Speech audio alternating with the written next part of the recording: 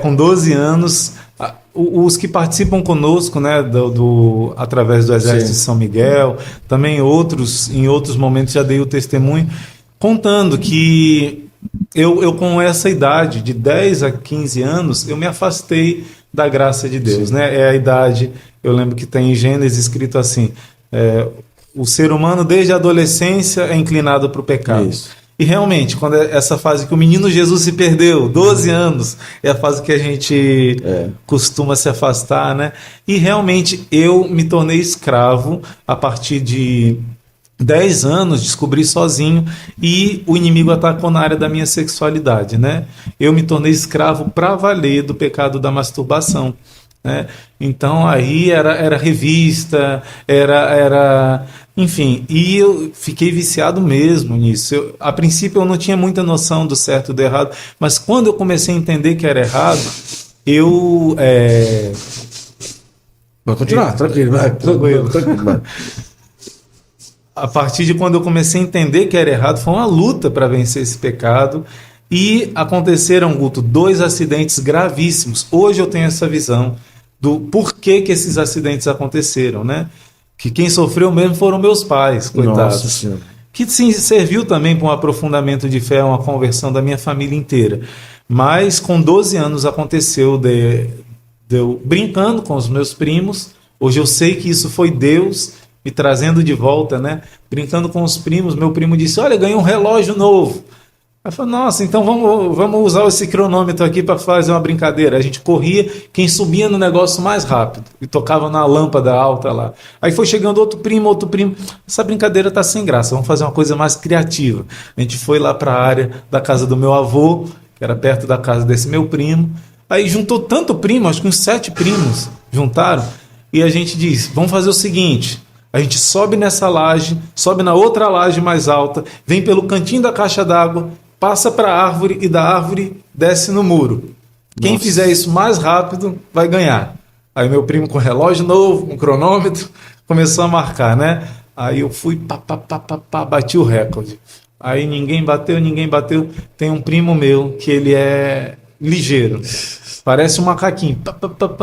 Venceu o meu recorde, aí pronto. Eu tinha esse defeito, Deus queira que tenha melhorado um pouco, reze por mim, mas se eu tinha o orgulho ferido, gente, se alguém me desafiava, uma vez eu estava pendurado no alto de uma árvore, bem alto, aí meu tio, só porque me conhece, sabe, duvido você pular daí, era alto, eu pulei, machuquei o pé, mas pulei, só porque eu fui desafiado. Então esse meu primo me desafiou, me venceu, eu falei, espere, como diz aqui no Ceará, deixa estar. Menino, eu fui correndo, subi na laje, subi na outra laje, em vez de eu passar para a árvore, segurar e depois passar para outro galho e descer, eu achei que eu era Tarzan, né? Eu dei um pulo, segurei num galho, quando segurei no outro, a minha mão escorregou. Nisso, eu dei um giro, né? E caí em cima, caí com isso aqui, uns 2 metros de altura, girando em cima de um muro. Do outro lado do muro eram uns 5 metros de altura, se eu caísse eu morria. Né? Caí no muro, senti como se tivesse encaixado o muro aqui dentro. Para resumir a história, alguns primos fugiram, ficaram com medo do meu avô dar uma bronca, e um dos primos gritou, chamou meu tio. Quando meu tio veio me tirar, eu não saía do muro, estava grudado no muro. E quando o meu primo disse, cadê o vergalhão daqui desse muro? Cadê o vergalhão? Tio, ele caiu no vergalhão. Meu tio entendeu que eu não saía porque eu estava preso. Eu caí, gente, num vergalhão que era... Não lembro o tamanho, mas ele quase vazou do outro lado. Ele perfurou os 2 pulmões, passou 2 centímetros do coração e eu fiquei ali preso. Diz que o certo é você serrar, né? Mas meu tio, no desespero, puxou, arrancou. Eu lembro que quando ele levantou... Estava igual Jesus com o lado aberto, só que de Jesus saía sangue puro, aqui era só sujeira, né? Sangue puro desse pecador, e jorrando sangue, me pegaram no colo, eu tinha 12 anos, né? Meu tio não sabia o que fazer, chamou outro tio, pararam um carro no meio da rua, me levaram no pronto-socorro, lá me costuraram, em todo momento eu estava acordado, né? Com agulha deste tamanho, costuraram, colocaram, enfim... Foi uma obra de Deus e a igreja toda rezando, minha família rezando. E milagrosamente, eu talvez não ia sobreviver, talvez eu descobriram que o outro pulmão estava furado, colocaram outro dreno. Fiquei 1 mês internado, entre a vida e a morte, mas graças a tanta oração, meus pais amadureceram muito na fé. Hoje eu sei da oração da minha mãe que disse: Senhor, ela não pediu minha cura, ela disse: aconteça o que acontecer, não deixe eu perder a minha fé. Sim. Né? Foi o pedido dela. E Deus fez meu pai contou depois como ele rezou, como nunca rezou antes, diante de Deus, ele rasgou o coração. E ali foi uma experiência, eu acho que converteu muito a minha família, mas eu mesmo sou tão ruim, Guto, que eu não entendi o que Deus queria dizer. Todo mundo dizia: você nasceu Queria de ter novo. ganhado do primo. Foi. Acho que eu ainda estava nessa do primo. Brincadeira. E eu querendo, ouvindo todo mundo dizer: você nasceu de novo. Eu nunca tinha ouvido essa palavra, nem sabia o que queria dizer. Você nasceu de novo. Tá bom, passou, e eu continuava com o meu vício. Eu não tinha entendido que era Deus querendo converter o meu coração, né? Aí precisou acontecer 2 anos depois um outro acidente também. Mas 2 anos depois eu fiquei mais consciente do pecado. Por quê? Porque eu estava numa situação de angústia, de decepção amorosa com a moça que eu gostava e tudo, e eu estava meio revoltado ali. Eu fui para uma praia junto com meu primo, e ali na praia, eu olhando as mocinhas de biquíni, eu disse... O diabo começou... Hoje eu vejo, a cena que eu vejo, gente, é como se fosse um urubu rodando, rodando, esperando a oportunidade para pousar e fazer o ninho, que é um simbolismo do pecado mortal, né? O inimigo começou a falar no meu ouvido: olha essas meninas que bonitas. Olha os outros rapazes. Eles não têm igual você o propósito de casar virgem. Minha mãe ensinou desde pequeno. A gente aprendeu. Minha mãe disse: eu casei virgem. Vocês vão casar virgem. Não só as meninas, não. Homens e mulheres.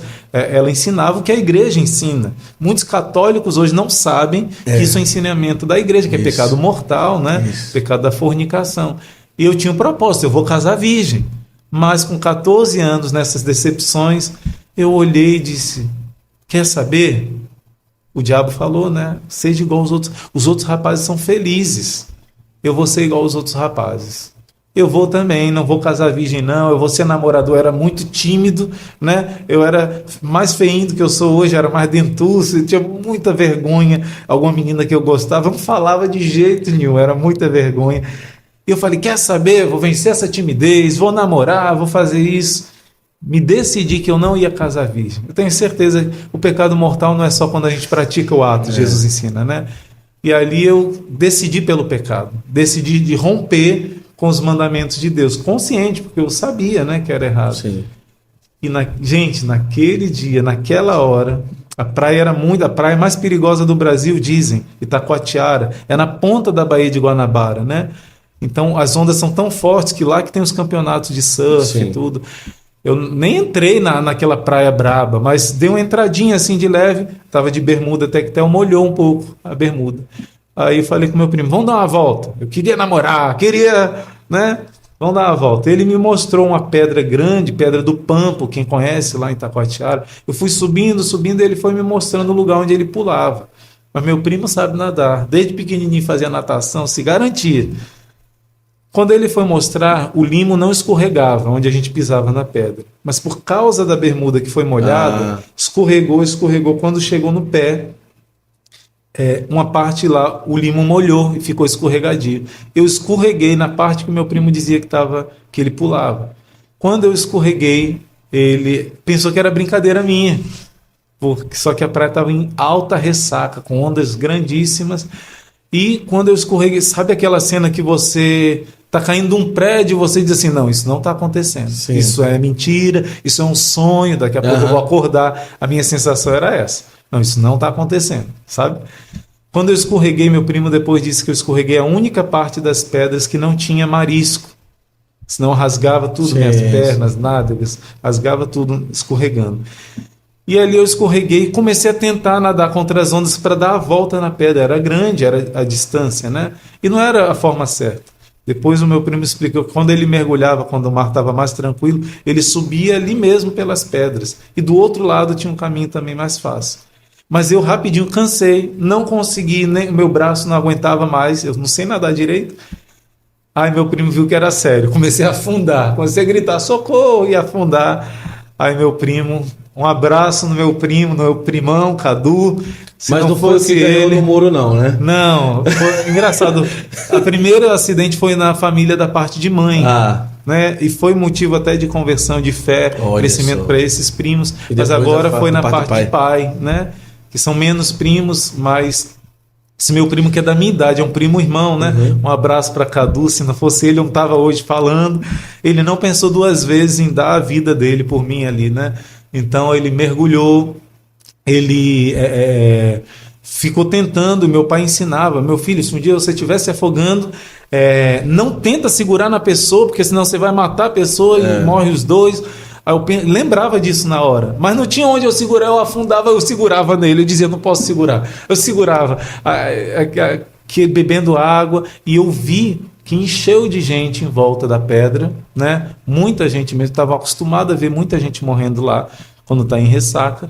Jogaram a prancha não deu certo, agarrou nas pés do vento, estava muito forte. E eu lembro mais ou menos de um senhor de barba grisalha que pulou e ficou tentando ajudar a gente, né? Eu já estava começando a entrar em coma, a beber muita água e tal. Inclusive, eu dou uma dica aqui, né, de uma oração que, nessa hora que eu comecei a beber muita água, eu perdi a oxigenação do cérebro. A explicação humana que eu dou para isso é essa, né? Mas, Guto, foi incrível. Parece que eu apertou um botãozinho aqui e eu fiquei plenamente em paz, calmo, sem aquela agitação do afogamento.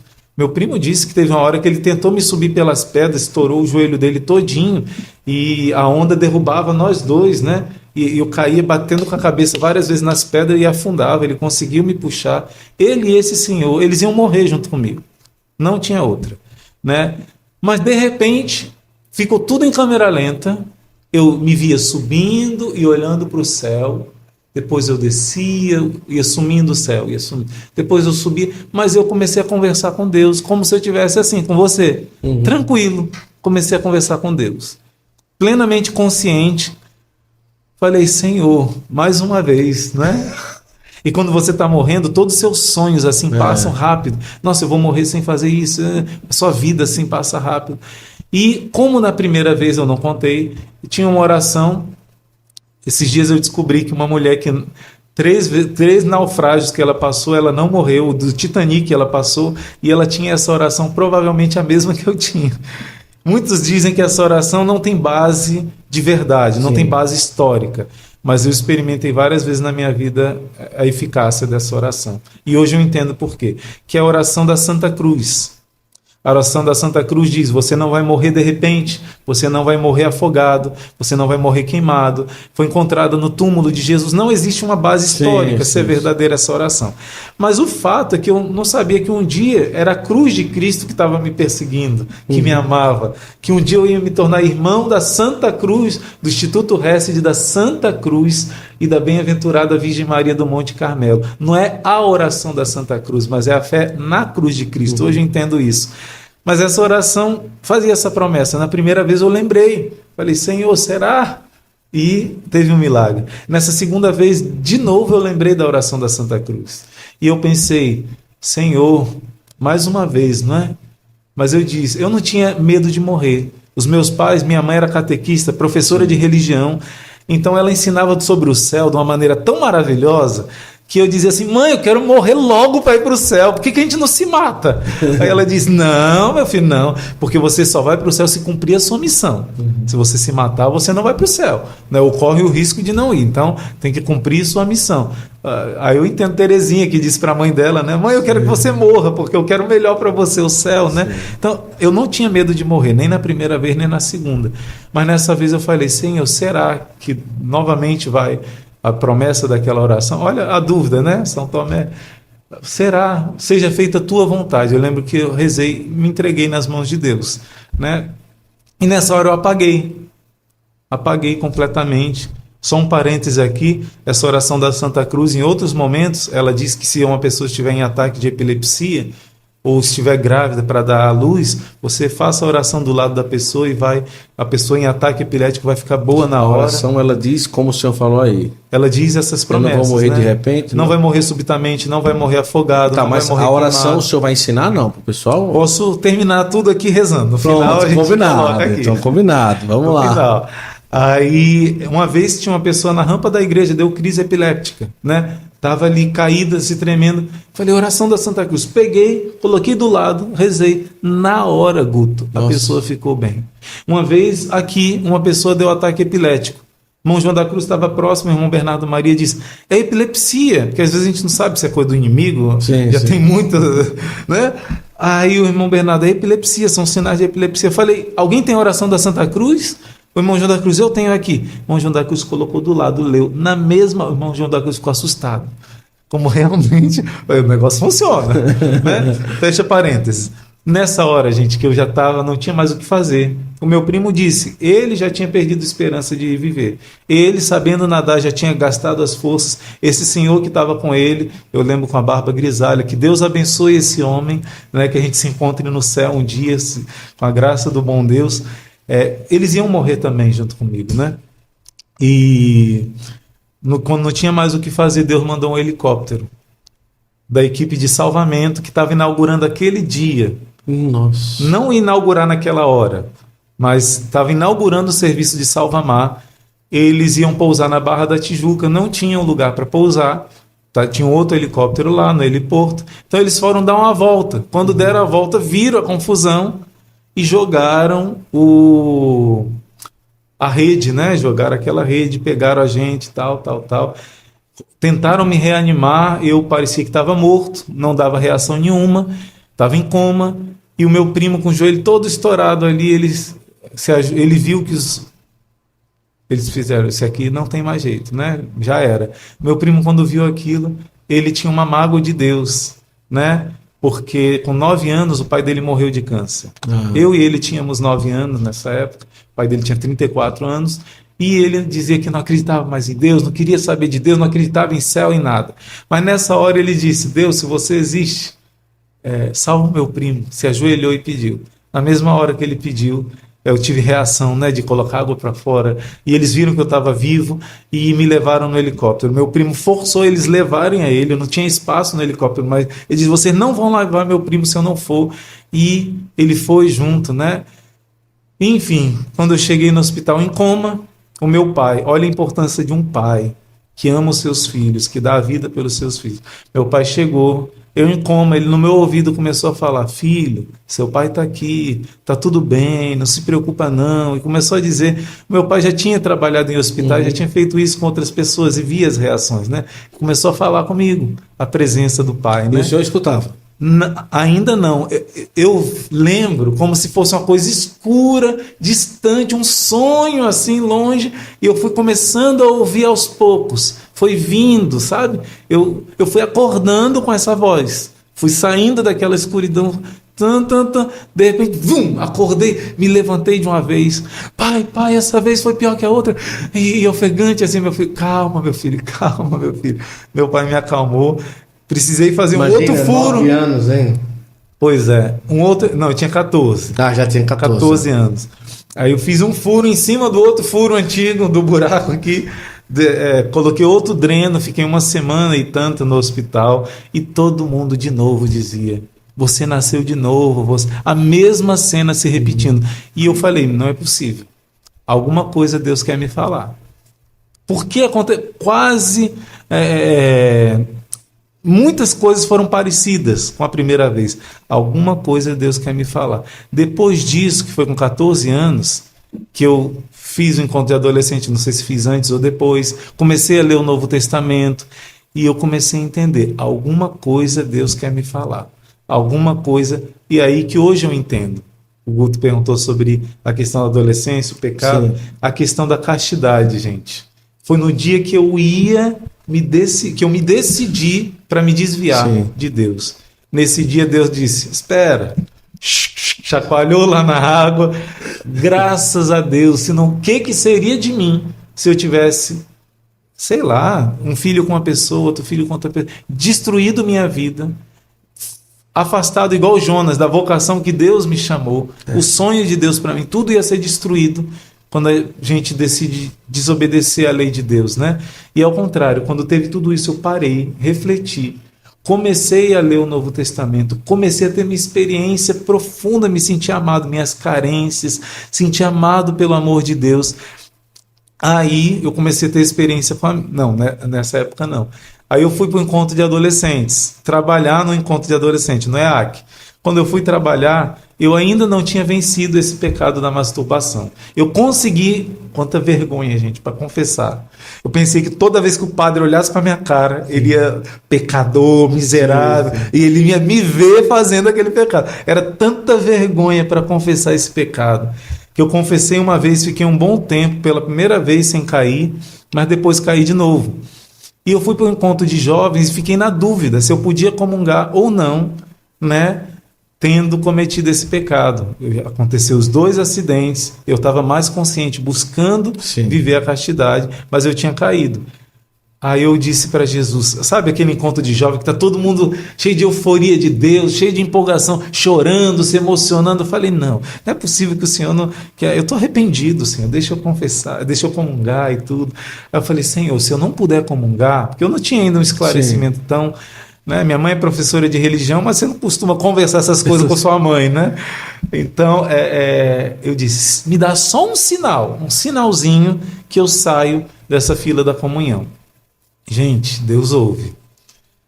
Porque quando eu entrei naquela fila da comunhão, na verdade a procissão, né, de adoração ao Deus vivo que você vai receber, e cantando aquelas músicas lindas que os jovens cantavam, adorando a Deus, e eu empolgado, na hora que eu fui comungar, fechei os olhos, nada aconteceu. E eu abri os olhos, não tinha mais ninguém na minha frente, ninguém do meu lado, ninguém atrás de mim.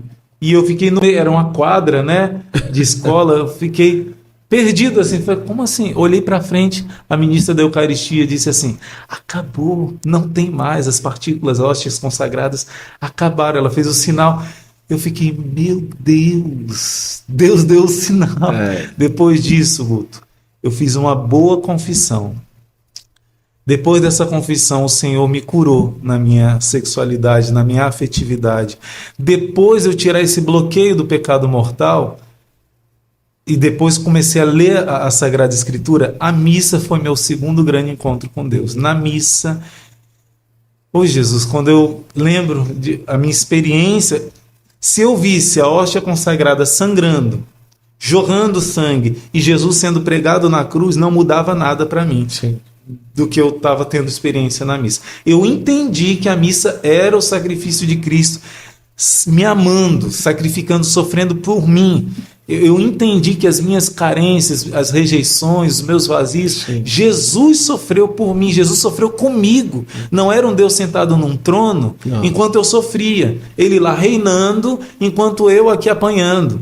Eu entendi que a minha dor era dele, que ele sofreu muito mais e eu ainda rejeitei. Eu nas minhas paixonites, me sentindo rejeitado, e eu rejeitava o amor dele. Isso foi tão forte, cada missa que eu ia de domingo, eu prostrava no chão depois de comungar, e era uma choradeira. Era uma choradeira.